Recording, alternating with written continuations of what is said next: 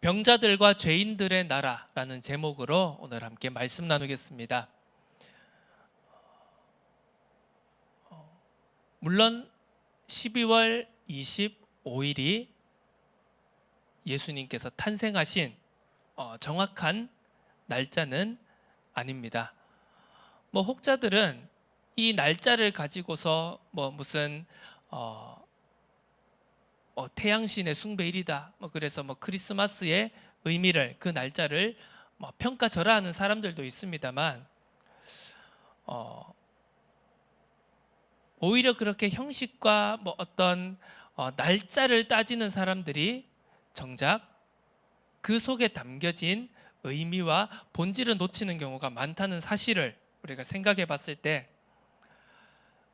우리는 알고 있습니다. 정말 중요한 것은 날짜가 아니라 형식이 아니라 그 속에 담겨진 본질을, 그 속에 담겨진 하나님의 정확한 메시지를 우리가 놓치지 않는 것, 또 그것을 붙잡고 기념하며 영광 돌려드리며 그것이 주님 오시는 그날까지 영원히 전달되어질 수 있도록 그 사명이 우리에게 있다는 것, 그 본질을 누리고 기뻐하고 그 본질을 전달하는 사명이 오늘날 이 세대, 이 시대 우리에게 있음을 놓치지 않는, 또 그것을 깊이 묵상하고 찬양할 수 있는 오늘 귀한 하루가 되어졌으면 좋겠습니다. 마가복음의 말씀을 우리가 계속해서 살펴보고 있습니다. 지난 주간 중풍병자를 고치신 내용을 우리가 살펴보면서 우리는 복음을 가진, 예수 그리스도의 복음을 가진 우리는 어떻게 보면 쉬운 길을 선택하는 사람들이 아님을 우리가 말씀을 살펴봤습니다. 겉으로 보면 세상 사람들과 믿지 않는 사람들, 비그리스도인들과 우리가 표면적으로 하는 모양은, 하는 일들은 같아 보일지 모르겠지만 그 뒤에는, 그 바탕에는, 그 본질에는 죄를 사하는 권세가 있다라는 그 본질을 우리는 놓쳐서는 안 된다. 사실은 그 두 가지를 같이 가지고 가는 길이 훨씬 더 어려운 길이겠죠. 사실 본질은 이 땅에 우리가 살아가는 수많은 삶들과 현실들을 보노라면 사실 본질 생각 안 하고 행동하는 것이 훨씬 더 쉬운 길입니다. 또 그게 오히려 더 좋은 결과를 가지고 오는 것처럼 보일 때도 있습니다. 하지만 하나님께서 우리에게 주신 하나님의 아들 예수 그리스도의 복음은 그런 것이 아니라는 것을 성경은 우리에게 분명히 말하고 있는 것이죠.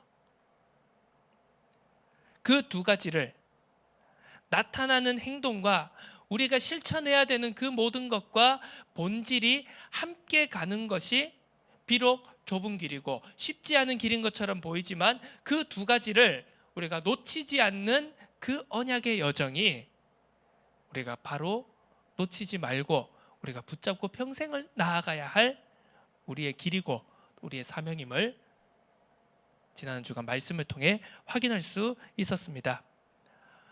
오늘 본문의 말씀은 그 중풍병자 치유의 사건에 이어서 계속해서 나오는 말씀입니다. 내용과 어떻게 보면 흐름은 계속 비슷하게 가는 것 같습니다. 왜? 죄에 대한 사함의 부분과 그리고 오늘 말씀은 특별히 이 죄인이라는 키워드가 핵심적인 부분이기 때문입니다. 오늘 본문의 말씀은 예수님께서 세간에 앉아 있는 레위를 부르신 내용을 기록하고 있습니다. 이 레위에 대해서는 여러 가지 말들이 있습니다. 전통적인 견해와 입장에 대해서는 이 레위가 바로 예수님의 12제자 중에 한 명인 마태다. 마태의 또 다른 이름이 레위다. 라고 하는 것이 일반적이고 또 전통적이고 가장 우리가 인정할 만한, 믿을 만한 그런 견해입니다. 실제로 누가도 자신의 복음서인 누가복음에서 이 레위를 마태라고 기록하기도 한 것이죠.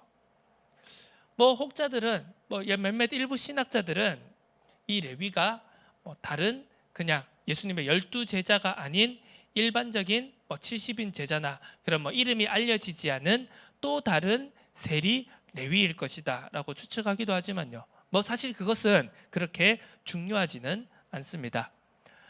예수님께서 레위를 부르셨습니다. 그리고 그 레위는 예수님의 부름에 즉각 응답하였습니다.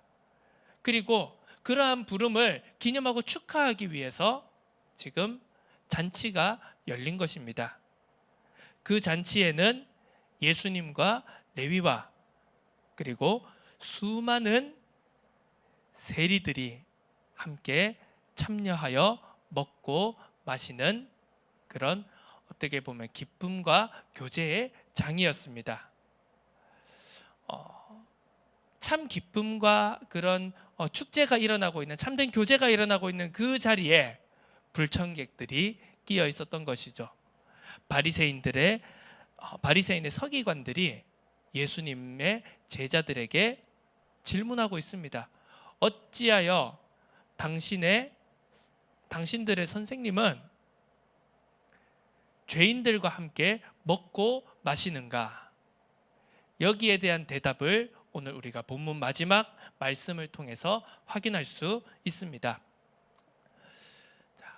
어찌하여 예수님은 죄인들과 함께 먹고 마신 것일까요? 지난주 말씀과도 계속 연결되는 부분입니다. 예수님이 과연 그 자리에 있던 서기관들이 반발할 것을, 분노할 것을 모르셔서 죄 사함의 선포를 하셨는가? 그게 아니었다는 것이죠. 오늘도 마찬가지였을 겁니다. 서기관들이 닌자도 아니고요. 예수님과 제자들 무리들의 눈에 띄지 않게 조심스럽게 숨어 있다가 그 장면을 목격했다, 그것도 아닐 것이고요. 다 따라오는 것 누구나 다 볼 수 있었을 겁니다. 그 자리에 서기관들이 있었다라는 것은 누구나 다 알고 있었던 사실이었을 겁니다. 예수님도 아셨을 거고요. 그런데 왜 뻔히 다 알고 반대하고 비난받을 것이 뻔한 그 자리가 열려야만 했는가? 왜 또 그 장면을 오늘 마가는 자신의 복음서에 기록한 것일까? 우리는 이 부분을 한번 깊이 살펴봐야 되겠습니다. 제가 항상 말씀드리지만 저만 그렇게 얘기하는 것이 아니겠지만 우리가 이 복음서의 말씀, 우리가 성경 말씀을 살펴볼 때는요, 우리가 이 복음서가 기록되어진 제 1세기에 그 지역의 상황들을 우리가 좀 참고하고 이해하는 것이 우리가 이 말씀을, 하나님의 말씀을 조금 더 이해하고 우리들의 삶 속에, 우리들의 이해 속에 더 가까이 다가가게 하는데 효과적이라는 것을 항상 말씀드리고 있습니다. 왜? 우리가 그렇죠. 한 20-30년 전의 일만 해도요, 우리가 가물가물합니다. 그때 우리가 어떻게 살았고, 그때 우리가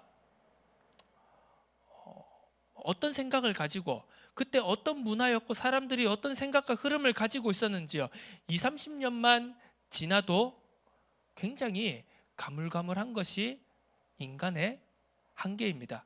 그런데요, 20-30년이 지났는데도, 그런데도 우리가 2000년 전의 기록을 우리가 살펴보는 것입니다. 2000년 전의 말씀을 우리가 살펴보는 것입니다.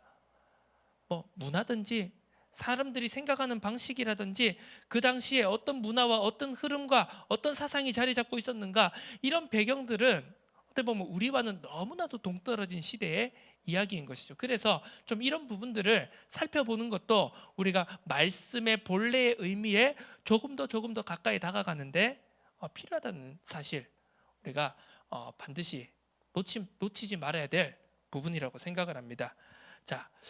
이 마가복음은 로마에 있는 그리스도인들에게, 또 그 로마 문화권에 있는 성도들에게 보낸 편지라고 처음부터 말씀을 드렸습니다. 그렇다면 우리가 그 로마의 배경과 문화를 살펴보는 것도 굉장히 중요하겠죠. 오늘 제목을 한번 깊이 생각해 보시면서 오늘 이 서론의 부분을 우리가 한번 살펴보았으면 좋겠습니다. 그 당시 지중해 세계는 로마가 지배하고 있었습니다. 비단 이스라엘뿐만이 아니라요, 모든 지중해와 그리고 동방의 세계들, 흔히 우리가 말하는 소아시아, 지금의 튀르키예라든지 그리고 지금의 우리가 말하는 중동 지역, 흔히 우리가 알렉산더 대왕이 이제 동방 정벌을 하면서 이 그리스에서 서쪽이 아닌 그 로마와 그 나머지 그런 유럽 지역이 아닌 동방 지역으로, 흔히 우리가 역사적으로 말하는 오리엔트 지역으로 정벌을 해나가면서 이제 그 지역들을 우리가 전부 다 동방 지역이라고 그 당시에는 표현을 했습니다. 자, 그 지중해 전 세계를 지배하고 다스리고 있는 로마, 그리고 그 로마를 움직여가고 있는 핵심층인 지도층이 가지고 있었던 중심 사상이 있었습니다. 그 사상이 무엇이었냐면 바로 스토아 철학이라고 하는 사상이 그것이었습니다. 이 스토아 철학은 어떤 사상이었을까요? 바로 유물론, 모든 것의 근본은 물질이다라고 생각하는 사상이었습니다. 그 유물론적 세계관이 스토아 철학의 중심 사상이었죠. 이성이 인간을 지배하는 법칙이라고 생각했습니다. 그래서 이성에 충실한 생활, 바로 절제하고 단련하는 생활을 할 때 그것이 바로 자연의 순리에 순응하는 삶이 된다라고 믿었습니다. 그래서 또 다른 말로 이 스토아 철학은 금욕주의라고 표현되기도 했습니다.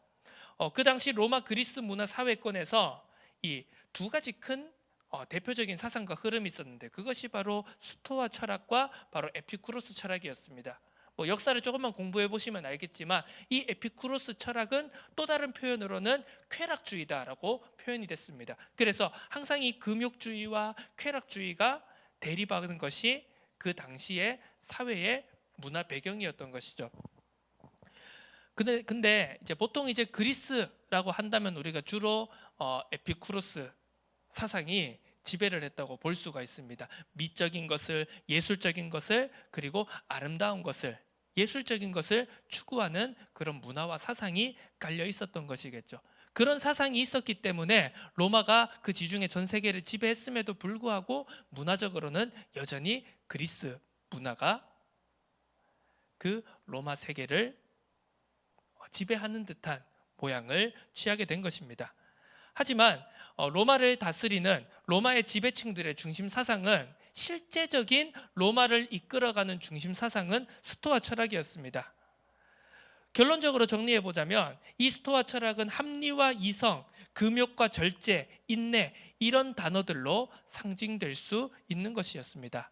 자, 이 스토아 철학으로 무장된 로마의 지도층들이, 리더들이, 엘리트들이 그러면 어느 정도였느냐, 얼마까지 어느 정도로 이성적이고 합리적이고 논리를 중시하는 사람들이었나?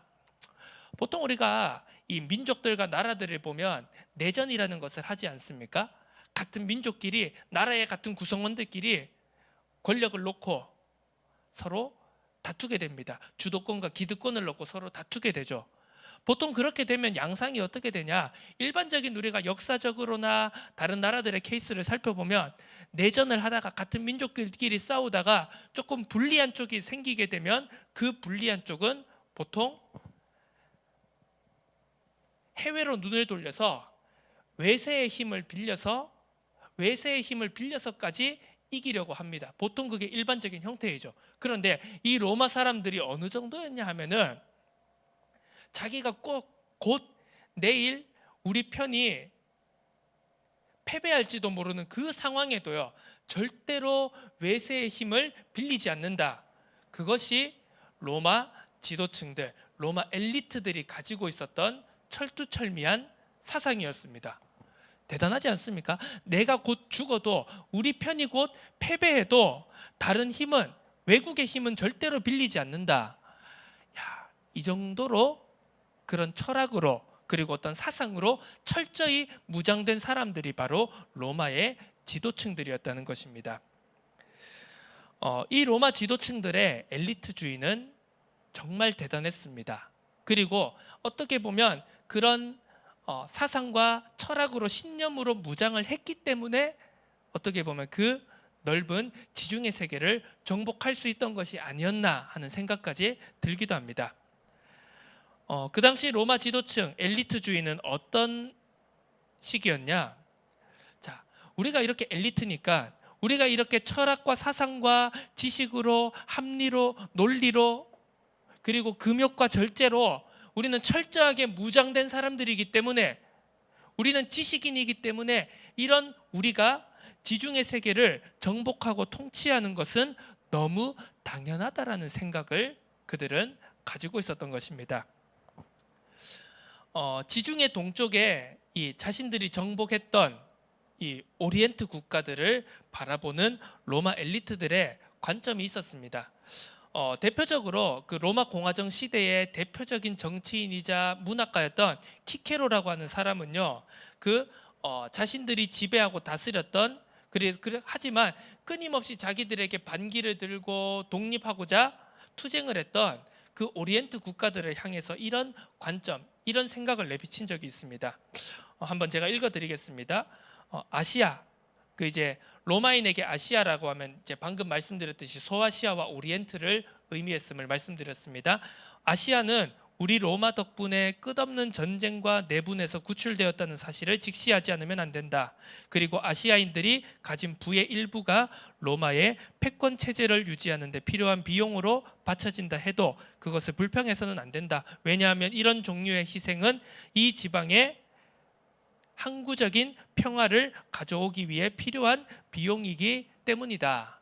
자, 말은 길지만요. 한마디로 요약하자면 우리가 너희들을 지배하는 건 너무 당연하다. 왜? 자, 지중해 동쪽 오리엔트 국가들을 바라보는 로마 엘리트들의 관점이 있었습니다. 그들이 오리엔트를, 동방 국가들을 어떻게 바라봤을까요? 그 동방 국가를 다스리는 왕들, 지배자들을 어떻게 바라봤을까요? 맨날 폭정이나 저질고 부패나 일삼고 내부 분열, 권력 투쟁으로 비합리적이고 비이성적이고 무절제하고 야만적이고 백성들을 생각하지 않는, 나라를 통치하는 것은 전혀 중요하게 생각하지 않는 아주 질 떨어지는 인간들로 본 것이 바로 로마 엘리트들의 관점이었습니다. 그 관점이 그대로 고스란히 이런 키케로의 생각으로 녹아들었음을 볼 수가 있죠. 그래서 우리 같이 고등한 인간들이 철학과 사상과 교육과 신념으로 무장된 우리 로마 엘리트들이 너희 야만적이고 비이성적이고 비합리적이고 수준 떨어지는 너희 오리엔트 지역을 우리가 통치하는 것은 너무나 당연해. 오히려 그게 너희들한테 더 이득이고 그게 너희들한테 더 행복을 가져다 줄 거야. 이렇게 생각했던 것이 그 당시 로마 지도층들 엘리트들의 주된 생각이었습니다. 그래서 로마가 그 다스리는 지역들에 세금을 걷어들이고 많은 것을 억압하는 것처럼 보인다고 할지라도 너희가 그걸 불평불만해서는 안 돼. 왜? 우리가 다스려서 너희들에게 가져다 주는 평화에 비하면 그 정도 비용은 지불하는 게 당연하지 않냐? 그렇게 생각하는 것이 그 당시 로마 지도자들의 주된 생각이었던 것입니다. 자, 로마는 공화정 시대에는 원로원이라고 하는 소수의 집단 엘리트 체제로, 그리고 황제가 다스리던 제정 시대 때는 황제와 황제를 바치는 엘리트 그룹에 의해서 운영되었습니다. 흔히 우리가 로마를 표현할 때, 로마 제국, 로마 공화정을 표현할 때 이제 로마 원로원과 시민들이라고 하는 그 대표적인 문구가 있습니다. 그 문구 속에 담겨진 표면적인 의미에는 로마는 로마 원로원과, 그러니까 소수의 엘리트들과 그리고 로마 시민이 움직여 간다라고 하는 그런 의미가 담겨져 있습니다. 하지만 실제적으로는, 표면적으로는 로마는 로마 원로원과 엘리트들과 시민들에 의해서 움직여진다라고 대외적으로 명분적으로는 말하지만 사실 로마 엘리트들의, 지도층들의 생각은 달랐다는 것을 우리가 알 수 있습니다. 우리가 마가복음 첫 시간에도 나눠봤죠. 빵과 서커스의 복음.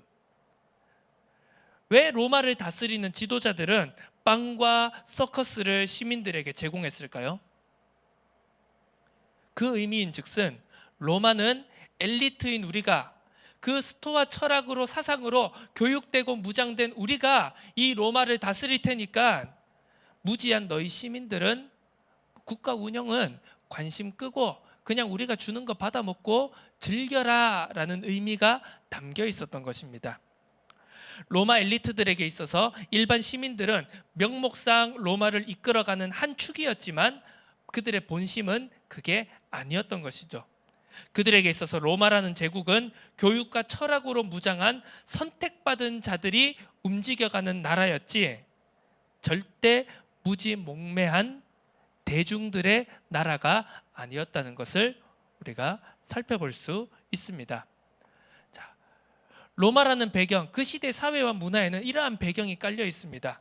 자, 이런 배경을 가지고 막아는 로마의 그리스도인들에게 오늘 본문의 내용을 전하고자 한 것입니다. 오늘 본문의 핵심은 간단합니다.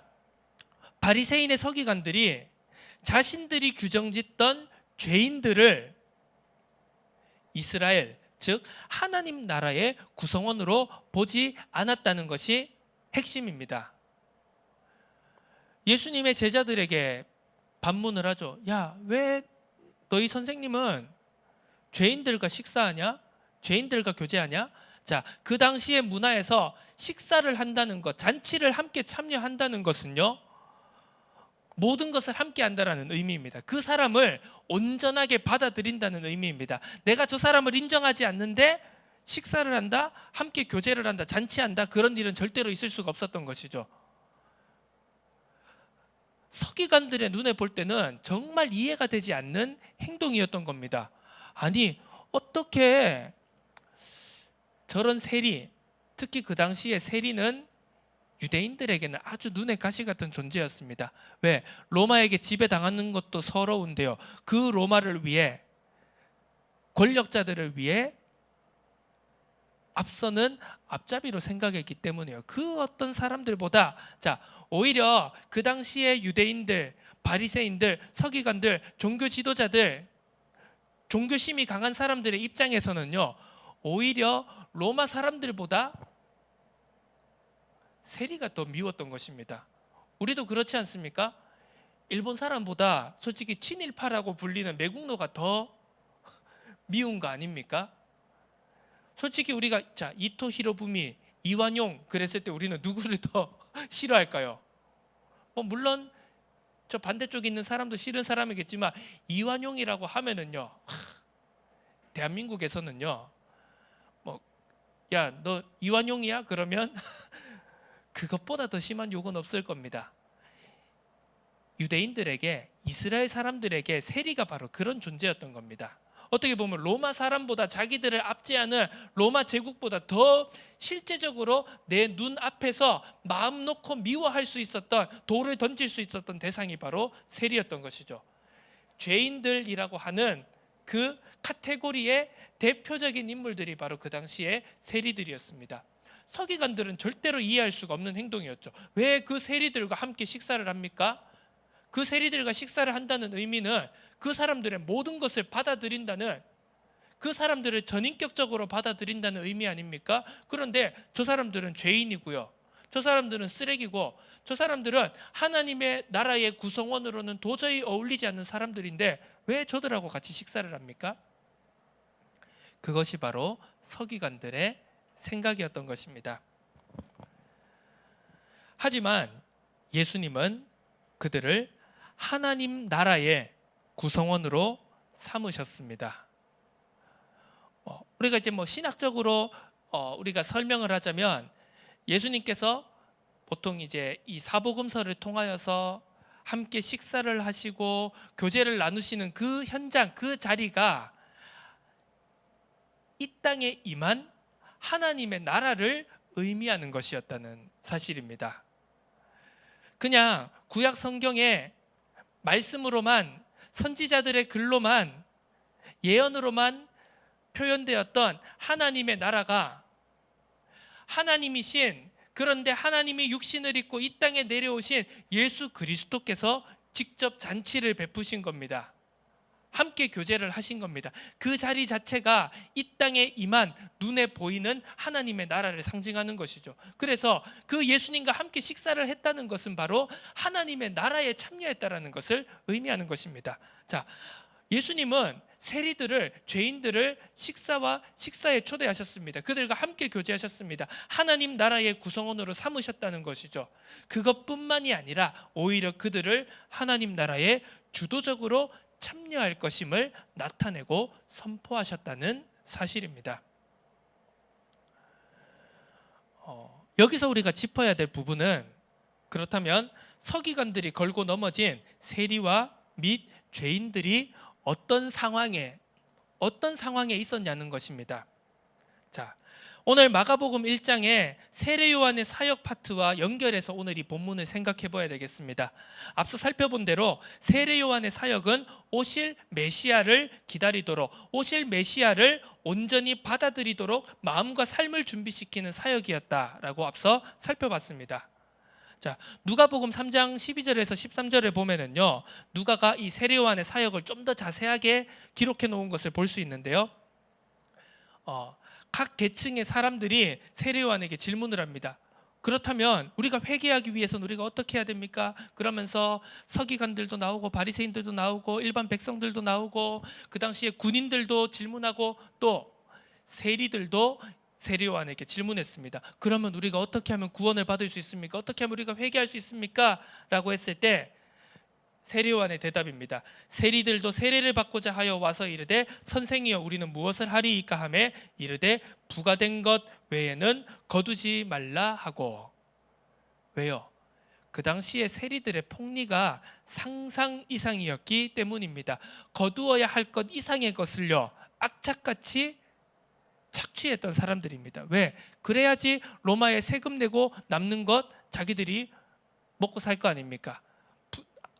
자기들이 먹고 사는 것 이상을 넘어서 부유해지기 위해서 악착같이 착취했던 겁니다. 그래서 세례 요한은 그렇게 말합니다. 야, 부가된 것 외에는 거두지 말아라. 과하게 사람들을 착취하지 말아라. 이게 무엇입니까? 그냥 단순하게 도덕적인 것을 말하는 게 아닙니다. 그 행동을 통하여, 그 행동을 돌이키는 것을 통하여 마음과 삶을 준비하라는 의미 아니겠습니까?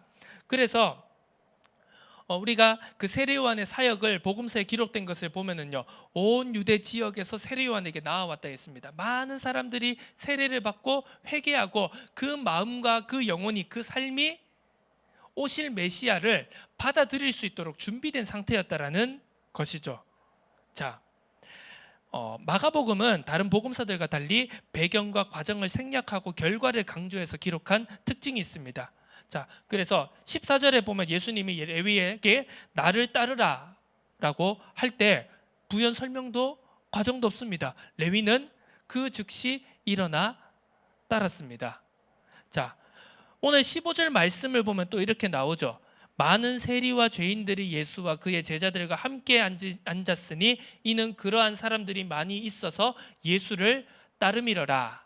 자, 많은 과정과 앞의 것들이 생략되고 결과만 기록되었지만 이 결과에 담긴 앞서 선행된 과정은 무엇이었겠습니까? 바로 이미 그 자리에 나온 예수님을 따르던 죄인들과 세리들은요, 이미 이 세례 요한의 전 사역을 통하여서 이미 준비된 사람들이었다는 사실입니다. 예수님은 그냥 아무 죄인하고 식사하고 교제한 것이 아닙니다. 자, 이 말씀을 잘못 오해하면은요, 우리는 야, 예수님이 죄인들을 위해서 왔어, 죄인들을 위해서 죄인들과 함께 어울리고 식사했어 이러면서요, 죄의 자리로 가는 사람들이 있습니다. 자신이 그 죄를 짓는 자리로 들어가는 사람들이 있습니다. 그것은요, 말씀을 심각하게 오해한 것이죠. 예수님은요, 그냥 야, 너 죄인이야? 너 죄 짓고 있어? 오케이, 그냥 와, 내가 널 사랑하니까. 그게 아니라는 것입니다. 예수님은 이미 돌이키고 따르기로 준비된 죄인들과 함께 식사하시고 교제하신 것입니다. 자, 그래서 오늘 우리는 17절 말씀을 이렇게 봐야 됩니다. 예수께서 들으시고 그들에게 이르시되 건강한 자에게는 의사가 쓸데없고 병든 자에게라야 쓸데가 있느니라. 나는 의인을 부르러 온 것이 아니요 죄인을 부르러 왔노라 하시니라. 우리가 너무나도 잘 알고 있는 말씀입니다. 자, 그런데 오늘 이 17절의 말씀을 앞서 살펴보았던 그 모든 배경과 과정들을 생각하면서 우리가 27절에 볼 때 우리가 어떤 걸 생각할 수 있습니까? 의사는, 병을 고치는 의사는요, 환자를 봐야 될 의사는 환자가 아프다고 인정해야지 그때 비로소 의사 노릇을 할 수가 있습니다. 그렇지 않습니까? 자, 병원에 왔습니다. 의사 앞에 앉았어요. 자, 어디가 아파서 오셨습니까? 아니요, 저 안 아픈데요. 그러면 어떻게 되죠? 진행이 안 됩니다. 그 다음에 뭐 진찰을 하고 엑스레이를 찍고 CT, MRI를 찍고 그래서 그 나타난 결과를 바탕으로 여기에 문제가 있네요. 그러면 이렇게 병을 고쳐야 됩니다. 그 다음 단계가 나가야 되지 않습니까? 그런데 의사 앞에 와가지고요. 아니요, 저 안 아픈데요. 저 환자 아닌데요. 이러면요, 그 병든 사람은 절대 자신의 병을 고칠 수가 없는 것입니다. 자, 우리가 재판이라는 것을 보죠. 판사 앞에 죄인이 섭니다. 피고인이 섭니다. 그런데 자기 죄를 실토하고 자백하는 피고를 판사는요, 죄를 경감해 줍니다. 그런 경우를 우리가 많이 보죠. 예를 들어 징역 3년, 징역 5년 때릴 거 저 사람이 정말 반성하고 정말 제가 죄를 지었습니다. 제가 잘못했습니다. 제가 뉘우치고 있습니다라고 진심으로 반성하는 모습을 보이면 제가 죄 지은 거 맞습니다라고 실토하면 판사는요, 그 피고인의 죄를 경감해 줍니다. 5년 때릴 거 3년 때리고 3년 때릴 거 집행유예 시켜줍니다. 그게 바로 어떻게 보면 법정에 있는 어떻게 보면 시스템을, 원칙을 뛰어넘고 보완하는 그 어떤 원리라고 할 수가 있겠죠. 그런데 반대로 어떻습니까? 아니요, 저 죄 안 지었는데요. 저 억울해요. 저 모함 당했어요. 저는 이 시대의 희생양이에요. 이딴 식으로 말하면 어떻게 됩니까? 집행유예 받을 거 3년 받고요. 실형 받고 3년 받을 거 5년 받고 점점 자신의 형량은 늘어갈 수밖에 없습니다. 자, 이런 원리입니다. 서기관들에게 예수님께서 하시고자 한 말씀은 바로 이것이 아니었을까 생각이 됩니다. 야, 니들은 건강한 사람들이 아니야. 자, 우리가 이거 표면적으로 생각해 보면은요, 마치 세리들은 병든 사람이고 죄인들이고 서기관들은 건강한 사람이고 의인이다, 이렇게 우리가 표면적으로 이해하면 그렇게 나눌 수 있겠죠. 그런데 예수님께서 진짜 하시고 싶었던 말씀은 이거였던 겁니다. 야, 니들은 건강한 사람들이 아니라 아픈데 아픈 걸 인정 안 하는 놈들이야. 야, 니들은 의인이 아니라 죄인인데 내가 뭔 죄가 있습니까? 라고 바락바락 대드는 놈들이야. 자, 오늘 본문 17절의 말씀, 예수님은 바로 서기관들에게 이 말씀을 하고 싶으셨던 겁니다. 아픈 사람에게야 의사가 쓸데있다라고 하는 말의 의미는 아프다라는 걸 인정하는 사람에게 의사가 필요하다는 의미인 것입니다. 자, 예수님께서 의인이 아닌 죄인을 부르러 오셨다는 것은요, 진정으로 내가 죄인입니다, 죄인임에도 불구하고 내가 뭔 죄를 지었습니까? 라고 대드는 것이 아니라, 인정 안 하는 것이 아니라, 네, 맞습니다, 정말 진짜 제가 죄인입니다, 제가 하나님께로 돌아오기를 원합니다, 나를 긍휼히 여겨주세요 라고 하는 그 죄인에게 예수님이 찾아오셨다는 것을 의미하는 것입니다. 말씀을 마무리하도록 하겠습니다. 로마의 엘리트들은 자신들이 지중해 세계를 지배하는 것이 너무나도 당연하다고 생각했습니다. 하지만 지배당하는 사람들의 입장에서는 전혀 생각이 달랐습니다. 로마인들은 그저 착취자고 정복자고 억압자였을 뿐입니다. 그런데도 불구하고 로마의 엘리트들이 자신들이 지중해를 다스리는 것이 옳다라고 믿었던 것은 바로 그들의 선민 사상에 있었습니다. 우리는 철학이 든든하니까, 우리는 사상으로, 교육으로 무장받았으니까, 우리는 이성적이고 합리적이니까 너희 미개한 놈들을 다스리는 것이 너무 당연해. 근데 다스림 받는 사람의 입장에선 절대로 아니었죠. 로마가 힘이 있었을 때는 그 표면적인 평화가 유지가 되었겠지만 결국 그 힘이 떨어지니까 로마도 결국은요 타락하고 맙니다. 그 이성이, 그 철학이, 그 합리가, 그 논리가 점점 사라지는 그 순간 로마는 결국 내부에서부터 무너지게 되는 것이었습니다. 바리새인과 서기관들은 자신들이 이스라엘을 이끌어가는, 하나님의 나라를 이끌어가는 주축이 되는 게 당연하다고 생각했습니다. 거기에 자신들의 기준에 부합하지 않는 죄인들의 자리는 없었습니다. 오늘 본문 속 예수님은 분명히 말씀하고 계십니다. 하나님의 나라는 메시아가 필요 없다고 메시아가 필요 없다라고 말하는 자칭 의인들이 아니라 메시아가 필요하다고 시인하는 죄인들의 나라라고 말입니다. 바리새인들과 서기관, 종교 지도자들은 입으로는 그 어느 누구보다 메시아를, 구원을 기다리는 것처럼 외쳤지만 그들의 실제 모습은 자신들이 구원인 것처럼 행동했습니다. 야, 내가 구원이야, 우리가 구원이야, 우리 말대로 해야 구원받을 수 있어, 우리 말대로 해야 이스라엘이고 우리 말대로 해야 하나님의 나라의 백성이야.